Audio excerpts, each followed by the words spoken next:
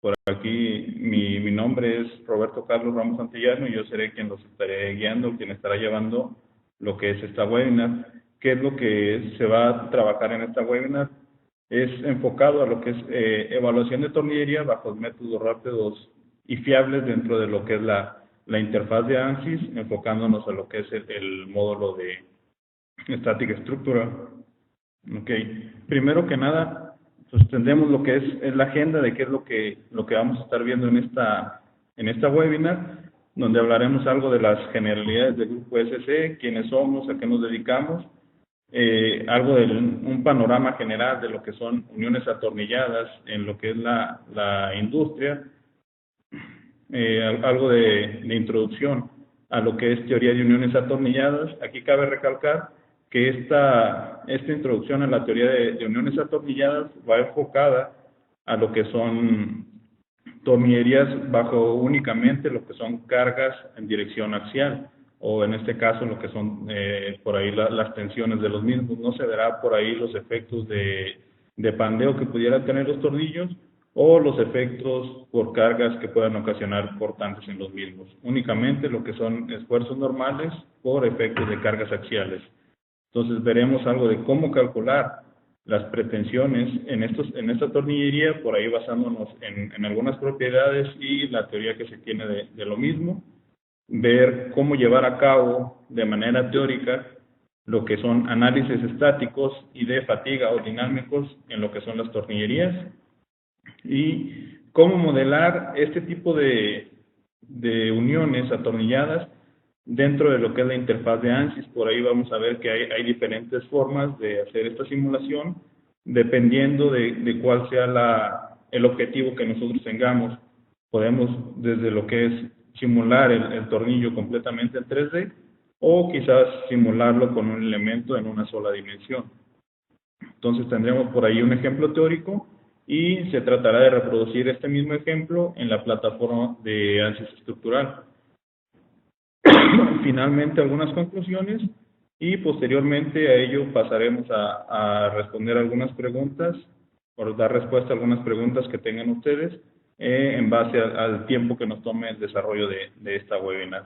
Las preguntas que posiblemente no se alcancen a responder durante este tiempo, se las podría responder vía correo. Ok.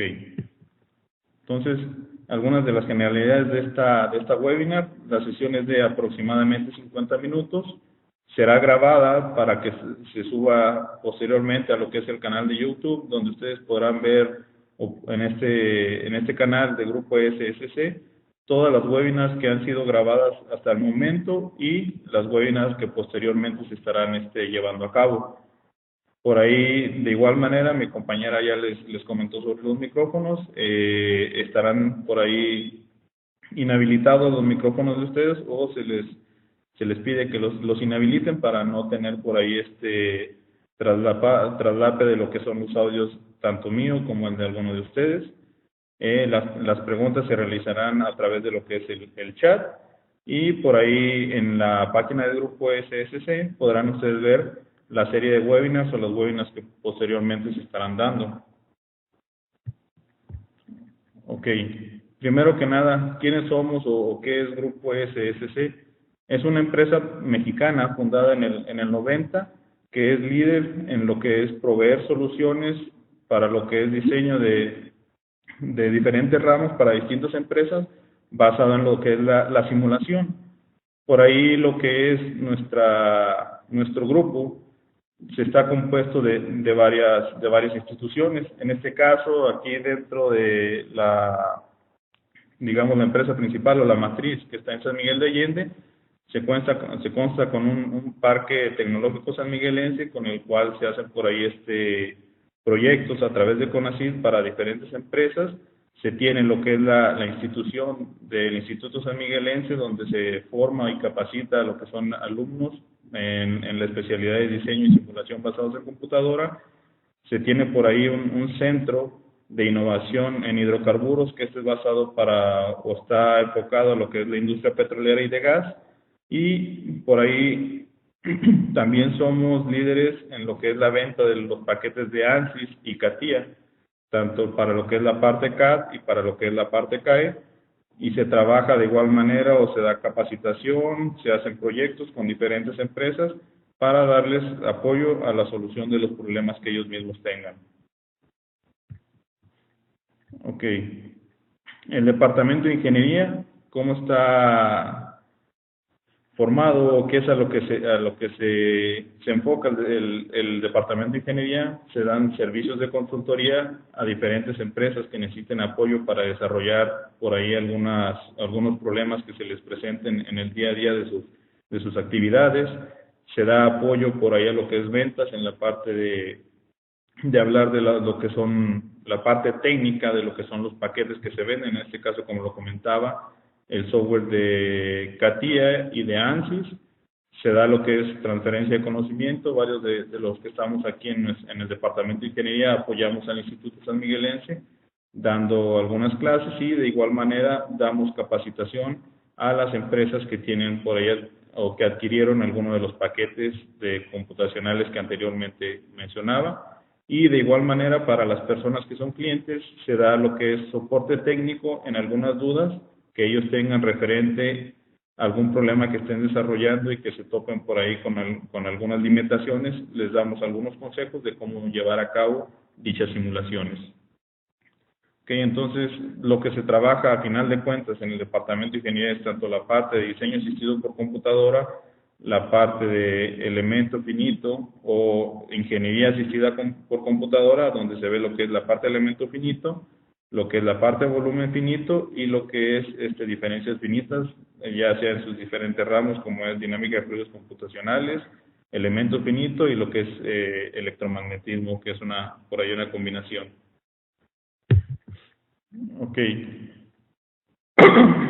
¿Qué es lo que estaremos trabajando en esta webinar?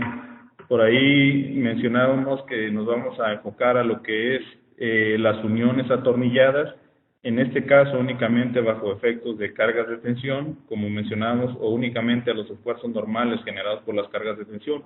Entonces vamos a tener por aquí un panorama general de lo que son estas uniones atornilladas.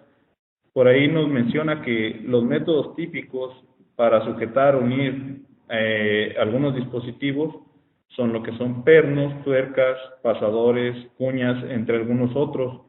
Entonces, a menudo los estudios de estos gráficos de ingeniería y de procesos por ahí metálicos incluyen instrucciones sobre varios métodos de unión. Generalmente por ahí ya todos los métodos, dependiendo de cuál sea la aplicación, están normados bajo diferentes estándares. Y la curiosidad por ahí de cualquier persona que no, digamos, que quiera conocer más a fondo del por qué se hace de esta manera, pues resulta naturalmente en lo que es adquisición de lo que es conocimiento para respaldar o para sustentar por qué se están haciendo de esta manera lo que son este tipo de uniones.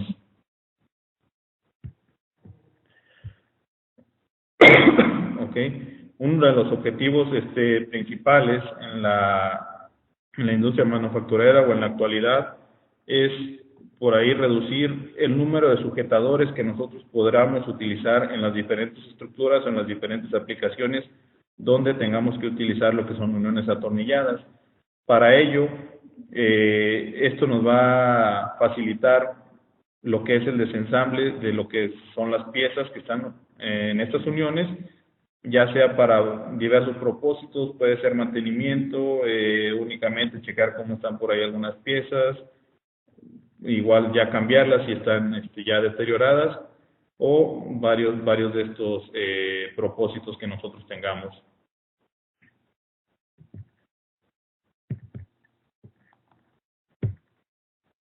Ok, entonces vamos a dar una breve introducción a lo que son las uniones atornilladas.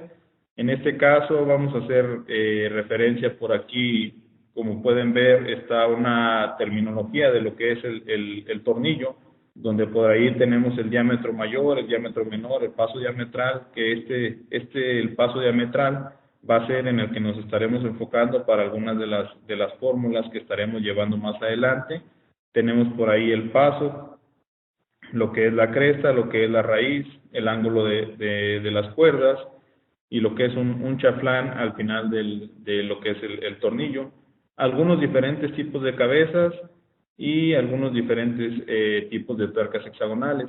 Entonces ahorita principalmente nosotros nos estaremos enfocando, una vez que empecemos a desarrollar lo que es la teoría, en la terminología que se menciona aquí en esta parte. Por ahí estaremos utilizando lo que es, como mencionaba, el paso diametral y lo que es el paso entre lo que son las cuerdas del tornillo. Y por ahí el ángulo que hay entre ellas mismas, dependiendo qué tipo de tornillo esté utilizando, si es métrico, si es de paso grueso, si es de paso fino, o si lo tengo por ahí en el sistema inglés, o dependiendo en qué sistema esté utilizando este tipo de tornillería.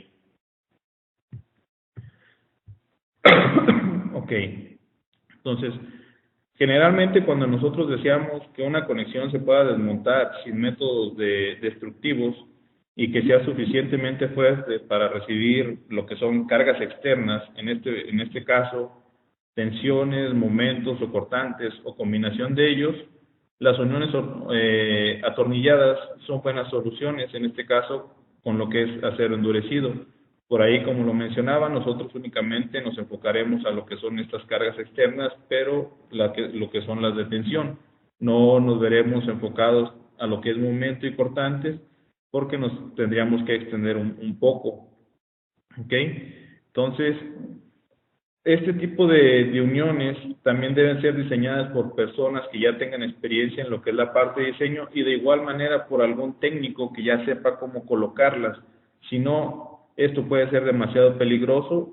Les digo, si es alguien que no tenga experiencia, tanto para lo que es el diseño del mismo o para lo que es hacer toda la parte técnica de lo que es ensamblar de manera adecuada lo que son las piezas que estén bajo este tipo de uniones. Entonces, como se mencionó anteriormente, el propósito de este tipo de uniones o de lo que son los pernos es la unión de dos o más piezas. Entonces, ¿qué es lo que ocurre cuando nosotros aplicamos esta tornillería o cuando nosotros colocamos lo que son los tornillos entre estas dos o más piezas para así evitar, digamos, que se separen o que tengan por ahí algún tipo de movimiento relativo entre ellas? Tenemos que aplicar una pretensión, que esta pretensión se llega a obtener mediante lo que es un torque en la tuerca, y al realizar nosotros este apriete o esta pretensión en lo que es el perno, tendemos a comprimir lo que son esas piezas. Entonces, por naturalidad, lo que son esas piezas van a tender a regresar a su estado inicial, lo que va a ocasionar que el perno se encuentre bajo cargas de tensión o se comience a estirar.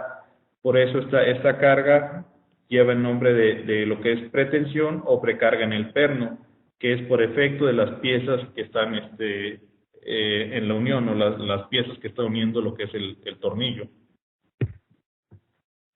Ok, dentro de la teoría o lo que nos menciona por ahí la teoría, ahorita el desarrollo de esta parte teórica se obtuvo por ahí del libro, de la bibliografía de diseño de elementos mecánicos de Shigley, o que es del autor Budinas.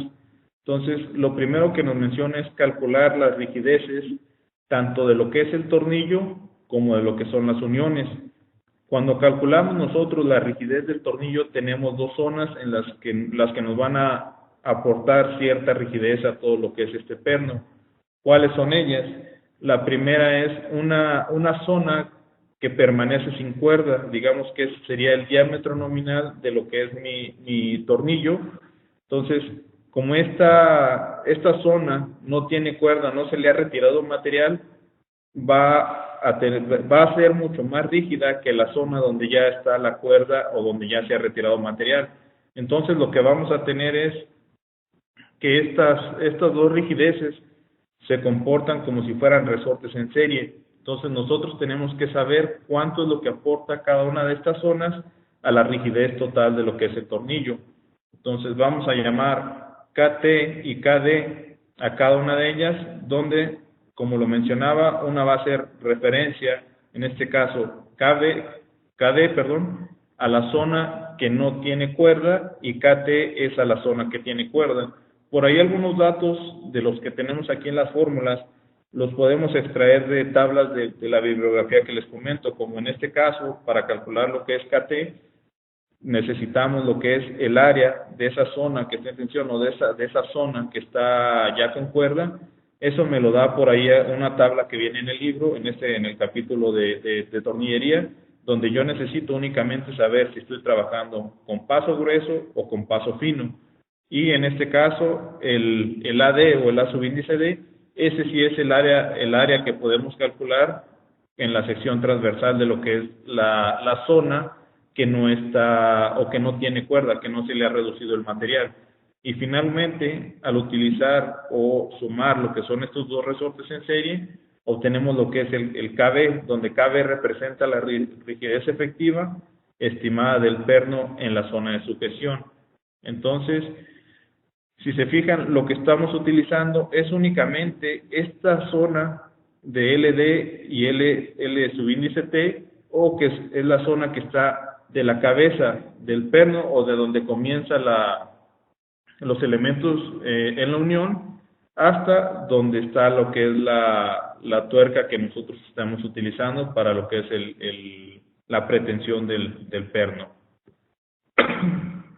O llamarlo por ahí de otra forma, es la longitud efectiva de agarre. Ok. De igual manera necesitamos calcular también lo que son las rigideces de las piezas. Por ahí hay varias fórmulas donde nosotros podemos calcular este tipo de rigideces. Para el ejemplo que vamos a mencionar adelante, digamos por tiempos, se propone que las piezas que se están uniendo sean completamente simétricas de espalda a espalda. ¿Qué quiero decir con esto? Que el espesor que tenga uno de los elementos en la unión sea igual al espesor del otro cuerpo. Entonces, cuando ocurre eso, o cuando los dos elementos, o los elementos que tenga por ahí en la unión, en este caso les digo por simplificar lo que es el estudio, que lo hicimos con dos elementos en la unión, se utilizará por aquí la fórmula que dice Wildman y Green, donde me dice que la rigidez de ese elemento es por ahí a la constante A, donde esa constante depende del material del que sean los elementos. Por aquí, como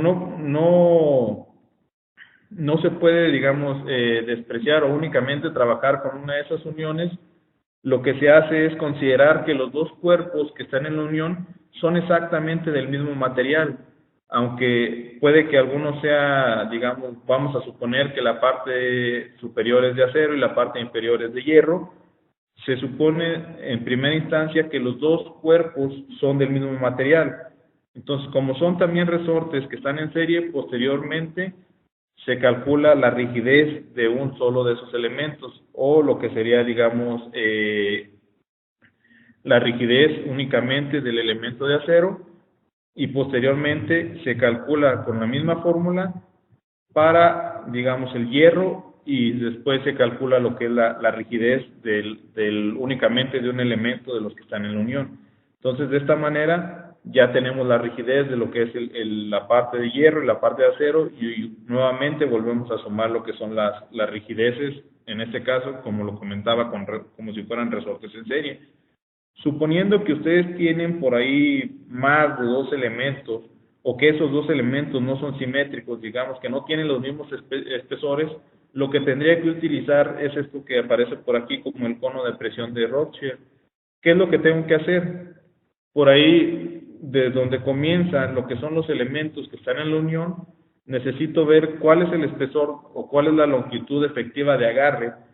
Por ahí hacer un hexágono, en este caso simétrico, como lo vemos aquí, que me dice que el hexágono llega hasta una altura o pasa por lo que es el agarre sobre 2 o un medio del agarre, y todo lo que caiga de esa zona hacia arriba, necesito calcularle la rigidez a cada uno de esos elementos. Vamos a suponer que en este caso, como se muestra en la imagen, hubiera dos elementos, pero la parte de abajo fuera un poco con un espesor mucho más grande. Entonces, tendríamos una zona que cae por debajo de la mitad del agarre, y aparte de ese mismo elemento que está en la unión inferior o del elemento que está en la parte inferior, una zona quedaría sobre lo que es la mitad del agarre. Entonces tendría que calcular 3 rigideces, donde una rigidez sería la del primer elemento, en este caso de un espesor T, vamos a decir que el otro quizás es 1.5 veces T. Entonces aquí en esta zona de T hacia L sobre 2 quedaría un espacio, quedaría una parte de lo que es el otro elemento, ahí tendría que calcular otro resorte, y finalmente el resorte que queda en la parte de abajo. Entonces tendría 3 resortes a los cuales les tengo que calcular sus rigideces, y de esta manera luego sumarlos. Para calcular estas rigideces de esa forma, utilizando el cono de presión de Rothschild, tenemos lo que son estas dos fórmulas, donde por ahí está de Osgood, que nos propone que el ángulo alfa de la fórmula esté entre 25 grados y 33 grados. Por ahí, como hacía referencia a que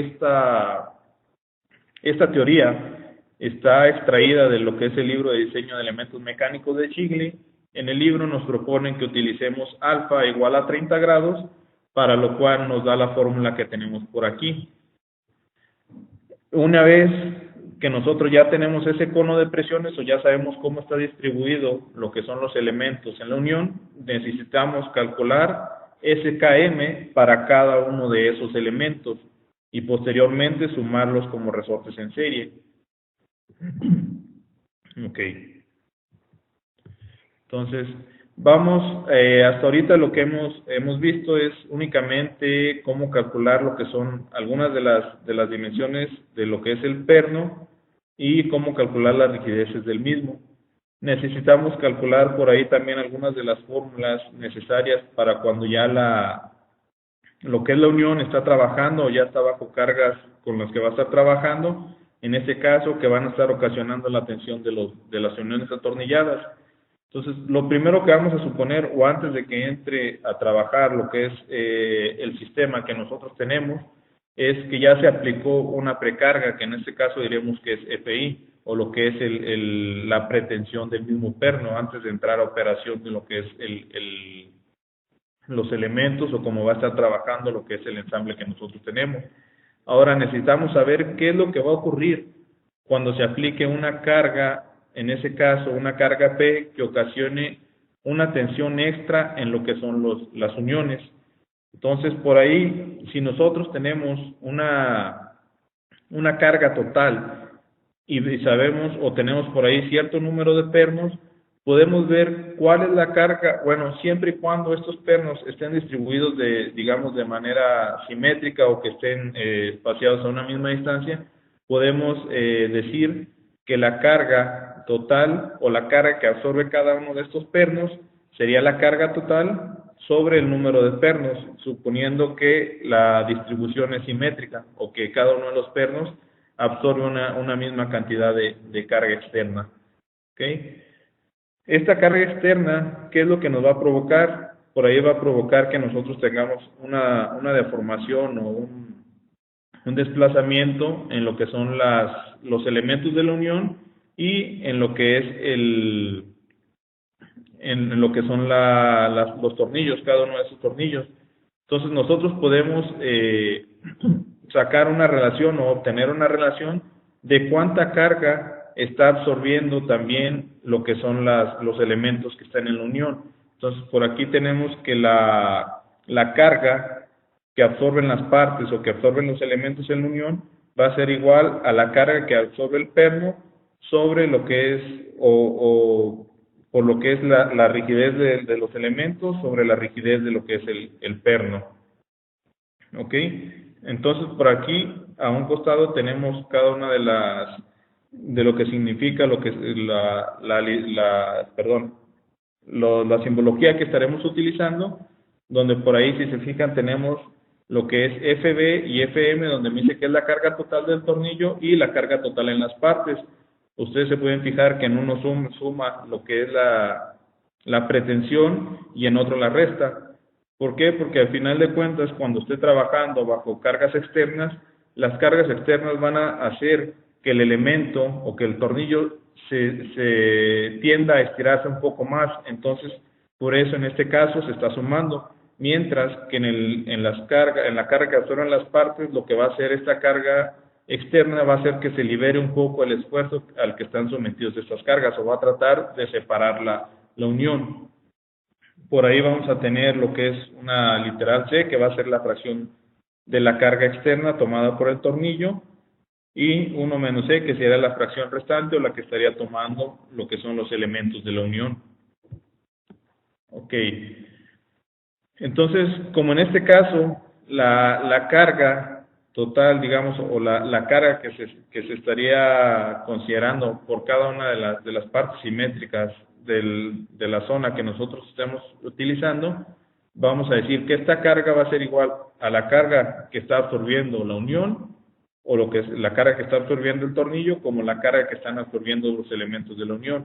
Entonces, de esta manera podemos sacar una relación para la carga que va a absorber cada uno de estos elementos, obteniendo así lo que es la carga que va a absorber finalmente el tornillo, y la carga que absorbería finalmente lo que es los elementos de la unión. En este caso, C es la constante de rigidez de la unión, que sería la rigidez de los elementos sobre la suma de la rigidez del perno más la rigidez de los elementos en esa unión. De igual manera, una vez que nosotros tenemos esa precarga, nosotros, digamos, en nuestro día a día o en nuestras actividades diarias, ¿cómo podremos aplicar esa precarga? Tendríamos que llevar o convertir esa precarga a lo que es un torque. Entonces ya ese torque es mucho más fácil que nosotros lo midamos, o podemos tener por ahí algunos otros sensores o algunos otros aparatos que también que nos sensen cuando lleguemos nosotros a esa precarga.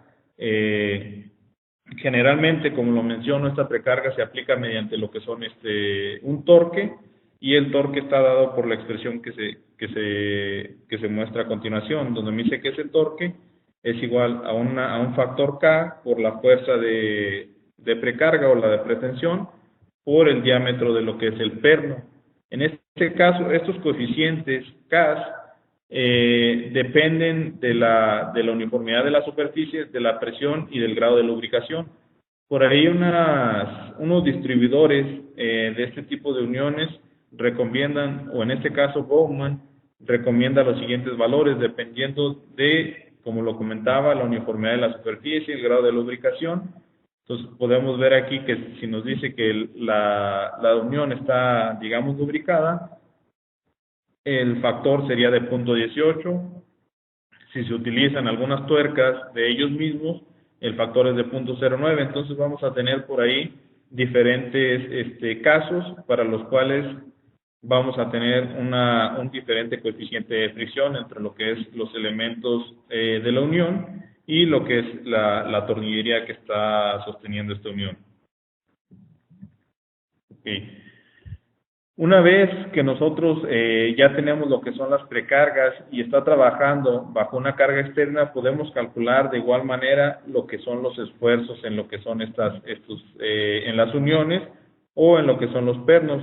Ahorita nos vamos a enfocar más que nada a lo que son los pernos, donde nos dice que este esfuerzo o el esfuerzo al que va a estar trabajando el tornillo es igual a la fuerza total que está absorbiendo el tornillo sobre el área en tensión, que eso, como comentaba anteriormente, esta la podemos obtener de gráficas. Entonces, si recuerdan, nosotros decíamos que la carga total del tornillo era la precarga que se aplica al mismo más la carga que está absorbiendo de lo que es la carga externa que se está aplicando una vez que empieza a trabajar lo que es la unión. Entonces, aquí nosotros vamos a sacar lo que es nuestro esfuerzo y podríamos obtener por ahí un factor de seguridad. ¿En base a qué? En base a una resistencia a la prueba. Esta resistencia a la prueba es un valor que está por debajo del esfuerzo de fluencia de lo que es el material que se utiliza en los pernos. Generalmente esta resistencia a la prueba también se nos da en tablas, o en caso de que no se dé, perdón, de que no se dé este valor, es un valor que varía entre el 0.8 y el 0.85 del esfuerzo de fluencia del material que se utilizó en lo que es el perno o en lo que es el tornillo.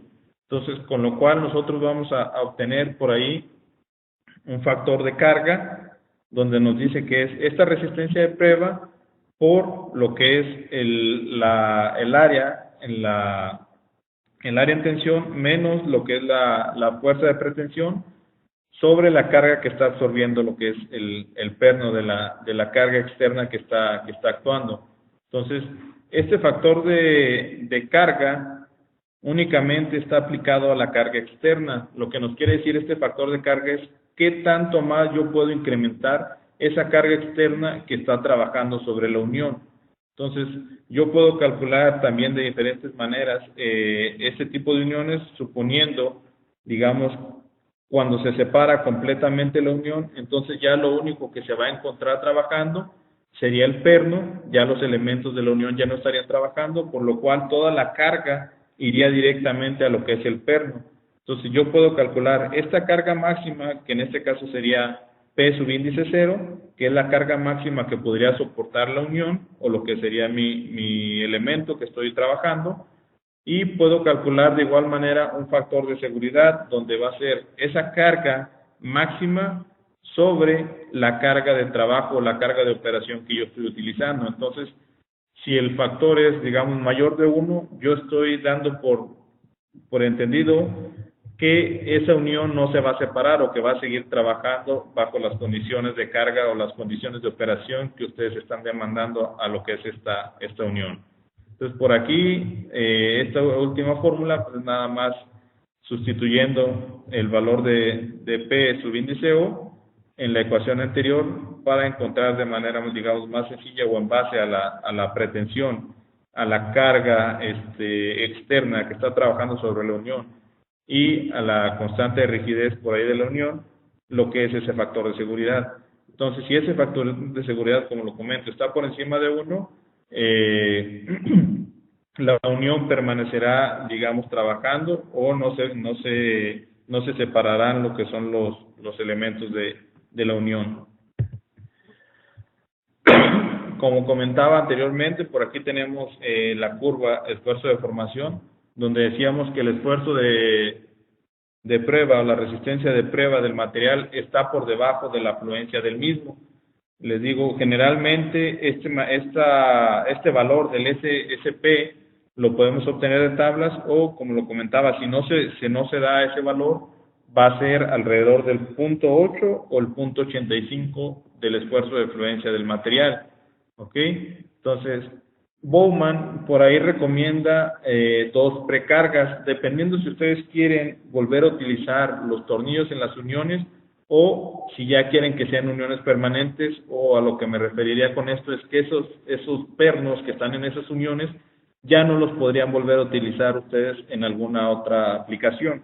Entonces, si ustedes quisieran aplicar o volver a utilizar estos pernos, Bowman recomienda que se aplique el 75% o el 0.75 de la resistencia a la prueba por el área en tensión, o si ya van a trabajar con estas uniones de manera permanente o que ya no quieren utilizar nuevamente esas tornillerías, pueden aplicar hasta un 90% o un 0.9 del esfuerzo de prueba por el área en tensión. Entonces, aquí está la fórmula que les comentaba anteriormente. Si ustedes no les dan el esfuerzo de prueba, lo pueden considerar como el 0.8 o el 0.85% del esfuerzo de fluencia del material. Ok, eso es bajo cargas estáticas, o en este caso considerando que la carga permanece estable y nunca varía. Ahora, ¿qué pasa en las uniones atornilladas cuando nosotros variamos ese tipo de cargas? Vamos a tener por ahí, en base a las diferentes teorías de fatiga, en este caso Goodman, Soderberg, o por aquí lo que es la línea de Langer, donde esa línea de Langer, digamos que es falla bajo cargas estáticas, o lo que otro sería bajo cargas de dinámicas o fatiga. Entonces nosotros necesitamos ver cuál es el control o cómo estamos, cómo está variando o cómo fluctúa la carga que está ocasionando la tensión por ahí en la unión, o cómo fluctúa la carga de trabajo externa en lo que es la unión. Nosotros tenemos tres diferentes formas de controlarlo. Uno donde es completamente reversible. ¿A qué me refiero en esto? Digamos que quizás el efecto en la zona de estudio o en los elementos de estudio, el cuerpo trabaja bajo efectos de tensión y bajo efectos de compresión.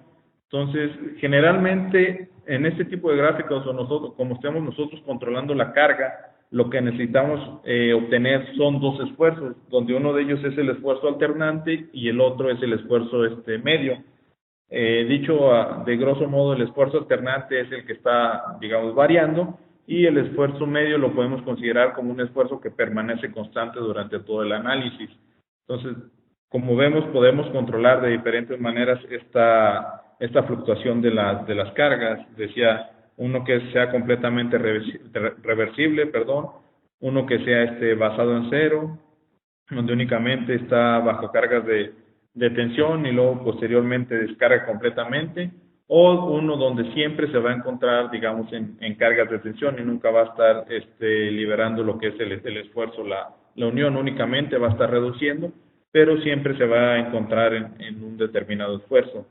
¿Ok? Entonces, para calcular esto, como lo comentaba, necesitamos el esfuerzo medio y el esfuerzo alternante, donde el esfuerzo medio lo podemos calcular que es igual al esfuerzo alternante más el esfuerzo ocasionado por la carga de pretensión en el perno, o lo que sería igual a esta fórmula que tenemos aquí, donde es la cantidad de carga que absorbe el perno sobre 2 veces el área de tensión, más lo que es la fuerza de pretensión sobre el área de tensión. Y el esfuerzo alternante, que es la carga que está absorbiendo el perno sobre 2 veces el AT. En este caso, si se fijan, el esfuerzo medio agrega el esfuerzo ocasionado por la carga de pretensión. ¿Por qué? Porque ese esfuerzo siempre va a permanecer constante. Es el que nosotros aplicamos a lo que es la unión desde un inicio, antes de que empiece a trabajar bajo las cargas de operación. Ok, ahorita nos enfocaremos en esta literatura por ahí, checando lo que son nuestras curvas, vemos que en este caso una de las más conservadoras es la de Goodman modificada. Si queremos ser un poco más estrictos en cuanto a esta parte de conservadora, podemos utilizar la línea de Soderbergh. Nosotros en este caso vamos a hablar ahorita de lo que es la línea de Goodman, o la teoría de Goodman modificado. Entonces, en esa teoría de Goodman modificado nos dice que el factor de seguridad de la unión o de lo que son los pernos va a ser igual a 2 veces el límite de resistencia a la fatiga, donde este límite de resistencia a la fatiga nosotros lo podemos calcular por ahí en base a lo que es teoría de viga rotatoria o viga rotativa, y en base a esos valores utilizar por ahí los factores de Marin y obtener lo que es este límite de resistencia a la fatiga, donde esos factores de Marin dependen tanto del acabado digamos, de lo que es el elemento mecánico, de algunas temperaturas, de algunos efectos varios, entonces vamos a tener por ahí, son alrededor de 7 factores de Marin que van a afectar a lo que es este límite de resistencia a la fatiga. Tenemos por ahí el esfuerzo último a la tensión de lo que es el material, el área de la tensión, la precarga, el límite de resistencia a la fatiga y lo que es la carga o la cantidad o el porcentaje de carga absorbida por lo que es el perno. En este caso, ¿qué es lo que tenemos que hacer? Nosotros vamos a trazar o vamos a hacer un gráfico una vez que tengamos nuestro límite de resistencia a la fatiga y nuestro esfuerzo último en tensión. En base a ellos dos vamos a trazar esa línea de Goodman, o la línea de Goodman va del SE al SUT, y con el esfuerzo inicial debido a la pretensión podemos calcular ese factor de seguridad. Únicamente tenemos que ver digamos, dónde nos encontramos sobre esta línea de carga y en base a eso podemos calcular ese factor de seguridad bajo cargas alternantes o bajo cargas de fatiga. Ok. Por aquí tenemos lo que es un ejemplo. Tenemos lo que son las dimensiones. En esta estructura se van a colocar 8 pernos, un diámetro de sellado efectivo de 150 milímetros. Vamos a utilizar pernos M12 de paso grueso, en este caso 1.75, de grado ISO 9.8.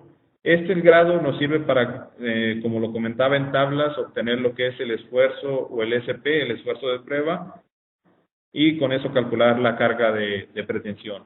Y vamos a variar lo que son la carga de entre 0 y 6 megapascales para lo que son efectos de fatiga. Y vamos a ver si bajo efectos de carga estática cumple con esa presión de 6 megapascales. Ok. Me dice que la cabeza del cilindro es de acero y el cilindro es de hierro fundido. Podemos ver que la dimensión A y la dimensión B son exactamente la misma dimensión, por lo cual vamos a utilizar la fórmula que comentamos anteriormente para cuando se tengan elementos en la unión que sean simétricos espalda a espalda. Entonces, lo primero es calcular la carga que absorbe cada uno de los pernos, que en este caso es 13.25 kilonewtons, que no es más que multiplicar la presión total por el área donde se va a estar ejerciendo esa presión y dividirla entre el número de pernos que tenemos. Calculamos las dimensiones apropiadas para los tornillos, donde esto lo podemos también, estas fórmulas obtener de tablas, donde me dice que la longitud total roscada es igual a 2 veces el diámetro más 6 milímetros, en este caso dándome 30 milímetros. La longitud total del perno debe ser el agarre del mismo más lo que es la tuerca, y se recomienda que después de la tuerca salgan 2 cuerdas de lo que es el tornillo. En este caso me dice que son 50.8 milímetros y utilizando por ahí tablas es una dimensión, o si vamos a lo que es comercial, sería una longitud de 60 milímetros. Una vez que yo tengo esta longitud de 60 milímetros, que es la total, y tengo la longitud total roscada, puedo calcular la longitud total donde todavía, digamos, no hay cuerda, que en este caso serían 30 milímetros, y finalmente puedo calcular la longitud roscada que va a estar dentro de la unión. En este caso, como decíamos que las 2 placas miden 20 milímetros, el agarre sería de 40 y la longitud roscada que quedaría dentro de ese agarre serían 10 milímetros. Calculamos el área de esta zona que no está roscada y de tablas el área de la zona que está roscada, y así calculamos lo que es la rigidez del perno, y utilizando la fórmula que mencionábamos anteriormente obtenemos la rigidez de lo que es cada uno de los elementos, en este caso de lo que es la unión. ¿Ok? Por ahí calculamos el factor o la constante de la carga que va a absorber el perno. Obtenemos lo que es la precarga, que en este caso nosotros estamos suponiendo que se van a volver a reutilizar estos tornillos, y nos da una pretensión de 41.1 kilonewtons. Y calculamos lo que es el factor de carga y posterior a ello lo que es el esfuerzo. Ese esfuerzo es con el que nosotros vamos a estar viendo ahorita en lo que es el paquete de ANSYS, pero enfocándonos a la parte que no está roscada. ¿Por qué? Porque es mucho más fácil verificar ahí esos esfuerzos. Okay. Bajo cargas digamos dinámicas, calculo el esfuerzo alternante, el esfuerzo medio, y en base a la teoría de Goodman que vimos anteriormente, para el perno ISO 9.8, el límite de resistencia a la fatiga es 140 megapascales y el último es de 900 megapascales, y obtengo el factor de seguridad en fatiga, y de igual manera puedo verificar un factor por ahí de carga de cuánto más puedo amplificar la carga a la que se está trabajando la unión. ¿Ok? Entonces aquí estaríamos viendo sobre dónde va subiendo lo que es la línea de carga. Por aquí tenemos la curva de la línea de Goodman modificado, y tenemos la línea de Langer, que en este caso sería falla bajo cargas estáticas.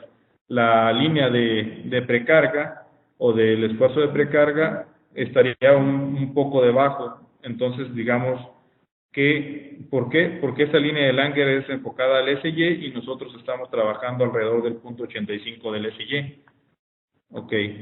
A continuación vamos a ver de manera un poco rápida lo que es cómo simular este tipo de uniones en lo que es la interfaz de ANSYS.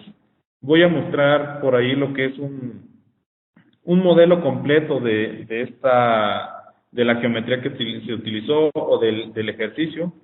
Eh, Podemos ver por aquí lo que es esa estructura, donde tenemos lo que son esos 8 pernos, uno de ellos con la cuerda completamente como debe ser, o el modelo 3D como lo veríamos nosotros en realidad.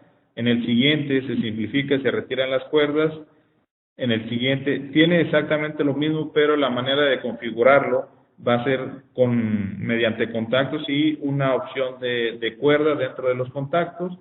Posteriormente se hace un poco más simplificado para obtener una mejor malla dentro de esa unión. Y en el siguiente es muy similar al cuarto perno, pero aquí se utilizan lo que son juntas y se utilizan por ahí unos comandos de ANSYS APDL.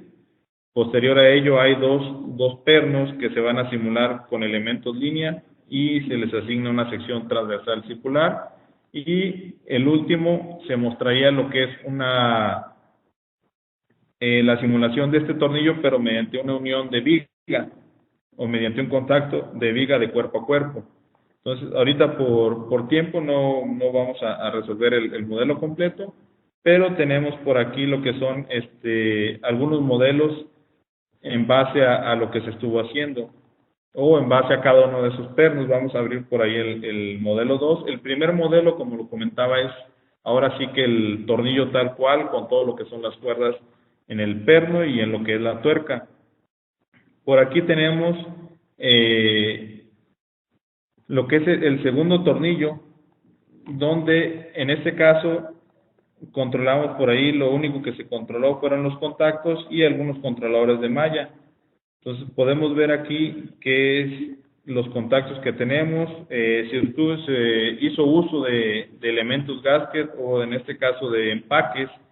eh, Cada uno de ellos para poderlos configurar este tipo de elementos o lo que son empaques, necesito definir lo que es cómo va a ser la unión, o cuando yo haga o cuando defino un elemento gasket o un elemento de empaque, me va a preguntar cómo hacer un contacto. Necesito un controlador de malla. Generalmente aquí, o como lo pueden ver, yo elegí la zona superior de este elemento con la parte superior de lo que es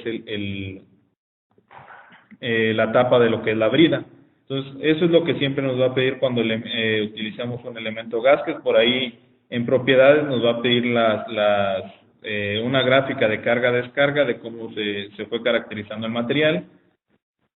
Entonces, aquí lo único que hacemos es los contactos ya entre cada uno de los cuerpos, que en este caso se utilizaron ya todos como bonded, o si lo vemos, digamos, un poco enfocado a lo que es la realidad, algunos de ellos, digamos, que tenderían a hacer no separación, pero es muy poco el movimiento relativo que hay entre las piezas. Entonces se optó por ahí por utilizar lo que son contactos del tipo bonded. Ahora, las condiciones de carga, tenemos lo que son soportes fijos en la parte inferior, y lo que es frictionless support en las zonas donde se cortó. Tenemos la pretensión del perno y tenemos lo que es bueno, en este caso nada más está trabajando bajo la pretensión del perno para calcular esas cargas. Y por aquí teníamos en cada uno de los análisis también la presión bajo la que iba a estar trabajando. En este caso voy a hacer una obtención de los resultados en la zona donde no hay rosca o donde yo esperaría que no hubiera rosca. Entonces me dice que alrededor de 365 megapascales es el esfuerzo que se tiene ahí en esa zona. Vamos a pasar a otro caso. Voy a pasar al caso 3. En el caso 3 es muy similar a nada más que el contacto bonded que está entre la cuerda, tanto de la rosca, perdón, entre la cuerda de la tuerca y del perno, se suprime y lo que se utiliza es un tipo de contacto de no separación.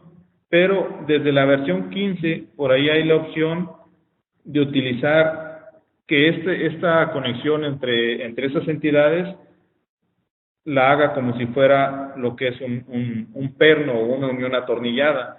Lo único que nos va a pedir por ahí es el paso diametral de ese perno o de ese tornillo, el paso del mismo o la distancia por ahí entre cuerdas y el ángulo de la cuerda. En este caso, como es un asimétrico, pues son 60 grados. Dijimos que estábamos trabajando con paso grueso, es 1.75, y el paso diametral es 10.86. Por ahí ese también se puede calcular. ¿Ok?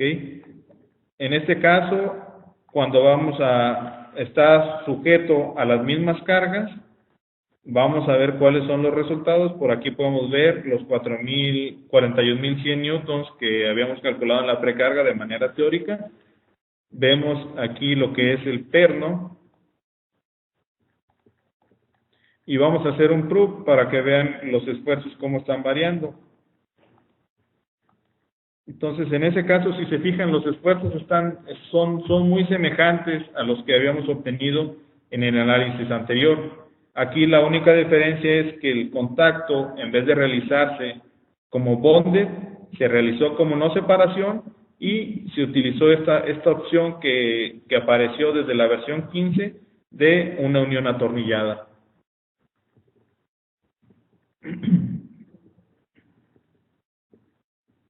Ok, vamos a pasar al siguiente modelo. En este caso, ¿qué es lo que se hace? En vez de trabajar esa unión que ahorita trabajamos como unión atornillada, como ya sea no separación o bonded, se suprime ese contacto y lo que se trabaja es una junta. En este caso, una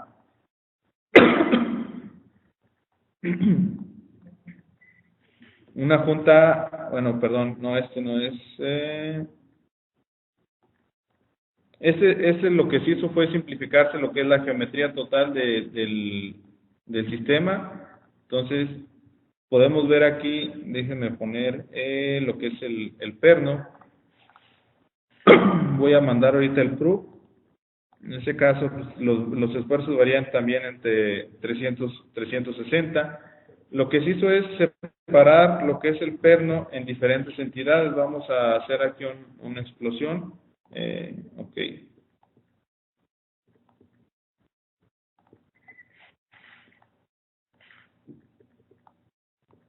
Entonces, si se fijan, lo que es el perno está ya de una manera más simplificada y está por ahí cortado o seccionado en cada una de las zonas donde estarían realizándose lo que son los contactos.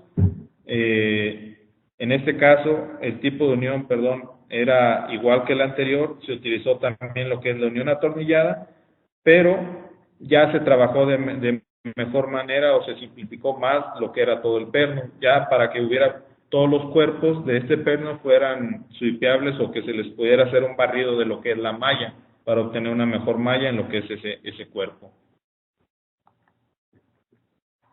En el siguiente es donde utilizamos lo que es la unión o la junta en vez de utilizar lo que es ya lo que es ese contacto bonded entre las zonas que tienen cuerda tanto de tornillo como de la tuerca.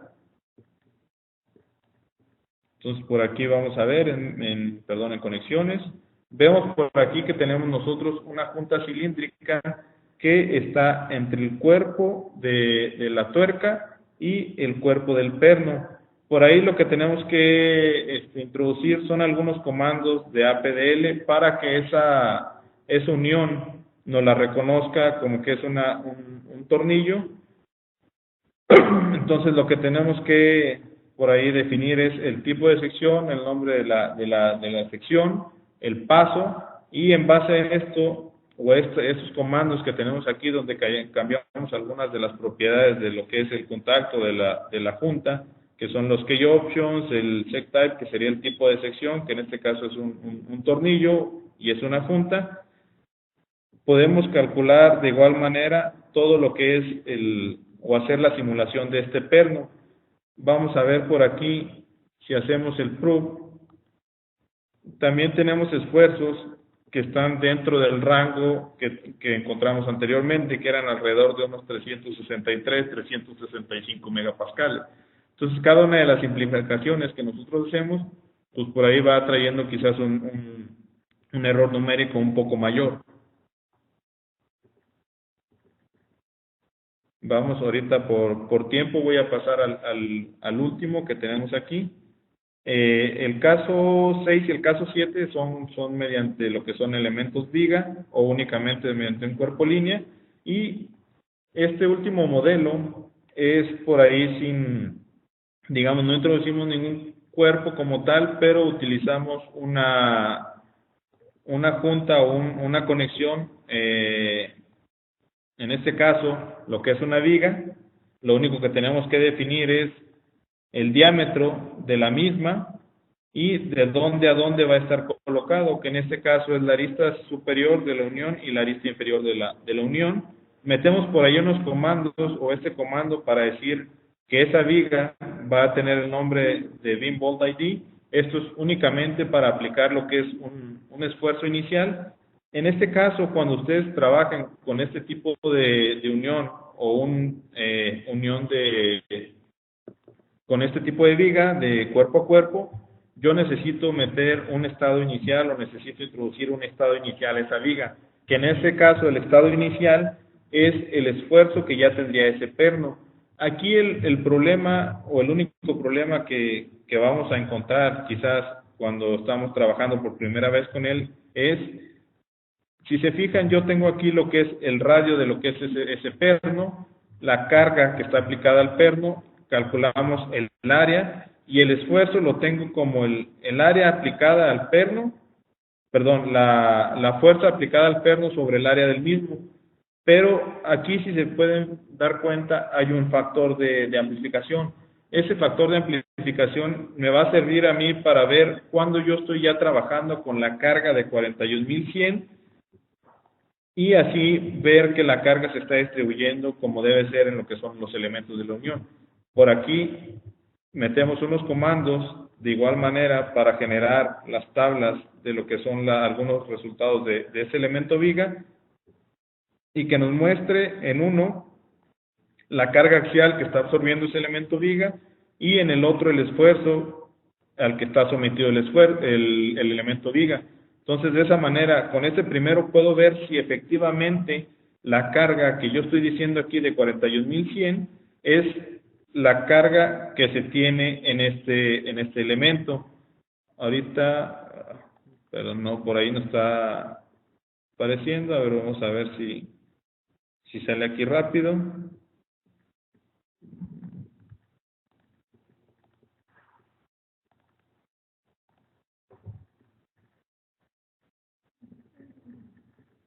Ok, entonces ahorita ahorita que resuelve regresamos, voy a pasar a la presentación para comenzar o finalizar lo que es esta presentación, y ahorita les muestro lo que es esa parte con el elemento viga.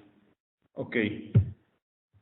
Entonces, en resumen, nosotros podemos utilizar tanto lo que son cuerpos sólidos, cuerpos línea o lo que son vigas en los contactos. Cuando trabajamos con vigas, son fáciles de configurar, no requiero la geometría tal cual del tornillo o no requiero ni siquiera una geometría ahí en esa parte, el tiempo de cómputo es corto, es una buena simplificación de la rigidez tornillo-brida, no tengo que establecer detalles de contactos entre lo que es el tornillo y la brida, no hay ningún detalle de esfuerzo en lo que es la brida. Necesitamos conocer ahora sí que el esfuerzo inicial correcto de lo que es el perno para lograr la pretensión necesaria, que es lo que les comentaba. Ahorita vamos a revisar la carga en la que está sometido ese elemento, y el postprocesamiento lo tendríamos que hacer en base a comandos de APL. ¿Por qué? Porque ese esfuerzo también que nosotros inducimos o el estado inicial también fue mediante comandos de APDL. No podemos aplicar una pretensión directa en lo que son este tipo de uniones o en lo que son utilizando elementos viga que estoy colocando entre cuerpo y cuerpo. Los cuerpos líneas de igual manera son fáciles de configurar, el tiempo de cómputo es corto, también simplifican de buena manera la rigidez tornillo-brida.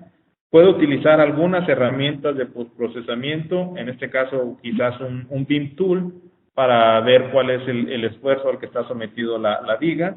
Requiero los cuerpos de línea, no necesito detalles del contacto específicos entre el tornillo y la brida, y no necesito ningún detalle de esfuerzos en lo que es la brida.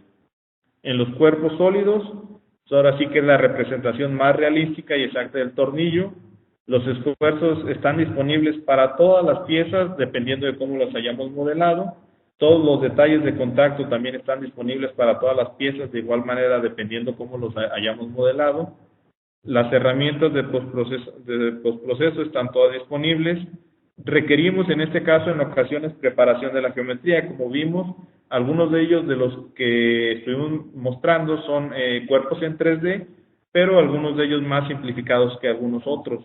Los controladores de malla son requeridos en este caso para capturar, por ejemplo, en el cuerpo 3D completo, lo que es cada una de las cuerdas de lo que es el perno, y no caer o no tener por ahí lo que es singularidades concentradas en elementos, o en el que sean elementos muy grandes, lo cual nos dé la concentración o las singularidades por ahí donde tenemos lo que son algunos cambios de geometría bruscos. Y cuando trabajo con cuerpos sólidos, pues tengo modelos más grandes, por lo tanto el tiempo de cómputo o el tiempo de solución va a ser mucho más alto que cuando yo trabajo con lo que son cuerpos línea o con lo que era un cuerpo en este caso viga, generado mediante un contacto. Ok, como referencia, por ahí próximamente hay algunos cursos que se van a estar impartiendo, como es el introductorio a las no linealidades dentro de la interfaz de ANSYS, ya sea por contactos, por materiales, por materiales o por deformaciones, lo que es una introducción a ANSYS Encode, que es una interfaz por ahí que se está trabajando, que ya desde hace rato entró a lo que es la parte de ANSYS, donde nosotros podemos trabajar lo que son análisis de fatiga de una manera mucho mejor, y un curso de introducción a lo que es transferencia de calor, donde se va a ver por ahí los efectos de conducción, convección y radiación en la parte de ANSYS mecánica. Ok, entonces vamos a ver nada más esta parte. Bueno, por ahí vamos a ver cómo va, ya para finalizar lo que es la webinar. Entonces por ahí me dice que lleva .75 de un segundo en el que debe de terminar.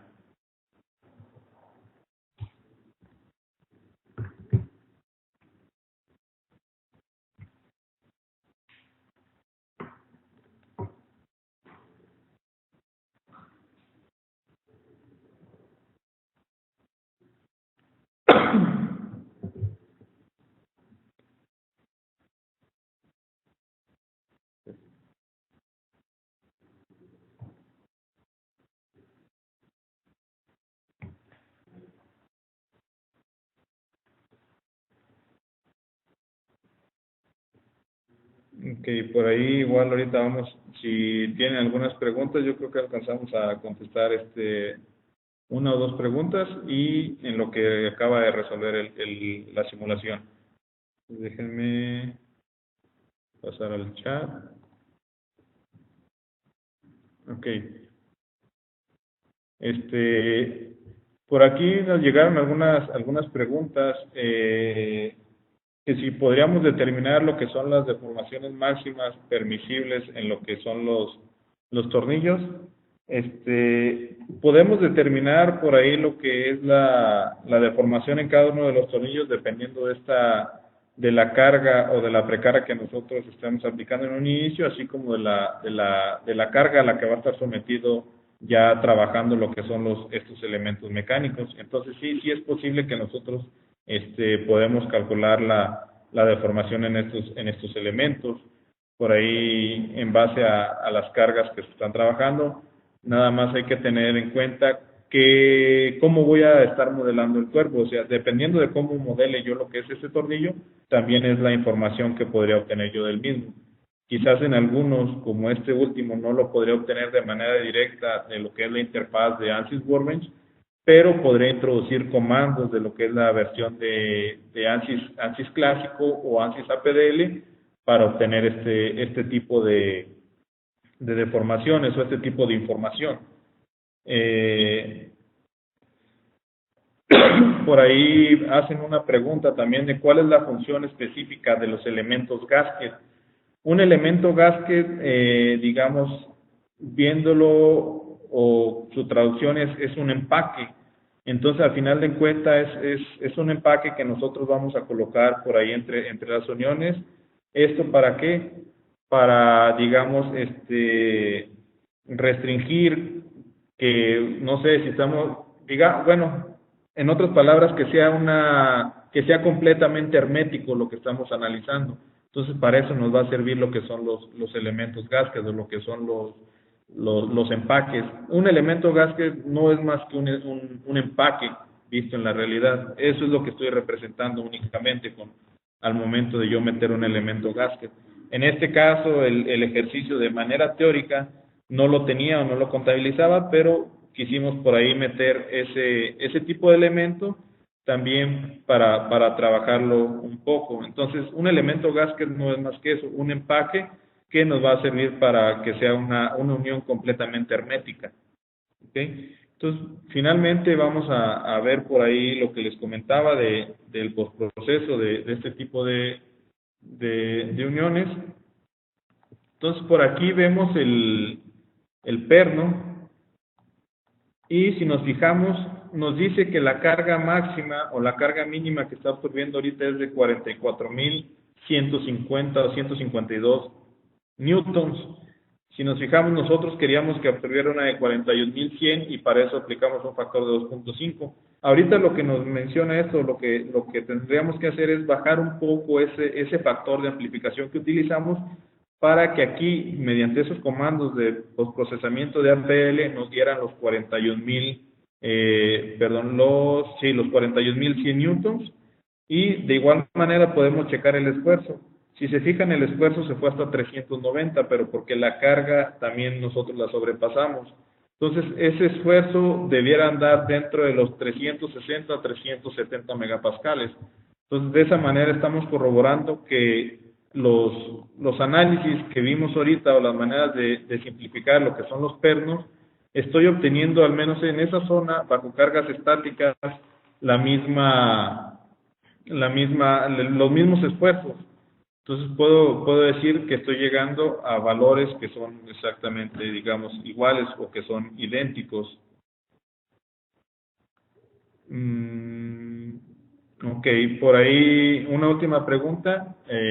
Mencionan o preguntan que si está en alguna lista de los comandos de ANSYS APL para este tipo de aplicaciones o este tipo de problemas. Por ahí les paso mi correo para ver específicamente cómo piensan simular este tipo de uniones, porque dependiendo de ese tipo de uniones también o cómo voy a simplificarlo, es el tipo de comandos que voy a utilizar. Digamos que no todos los comandos se aplican de igual manera.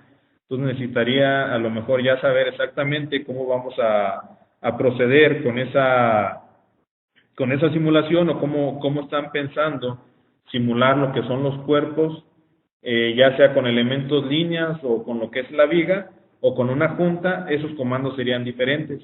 Pero les paso ahorita lo que es mi correo y en caso de que ya tengan una aplicación específica para este tipo de puntas o cómo la van a simular, poderles decir los comandos que serían digamos, los más factibles para que usaran dentro de la interfaz de ANSYS.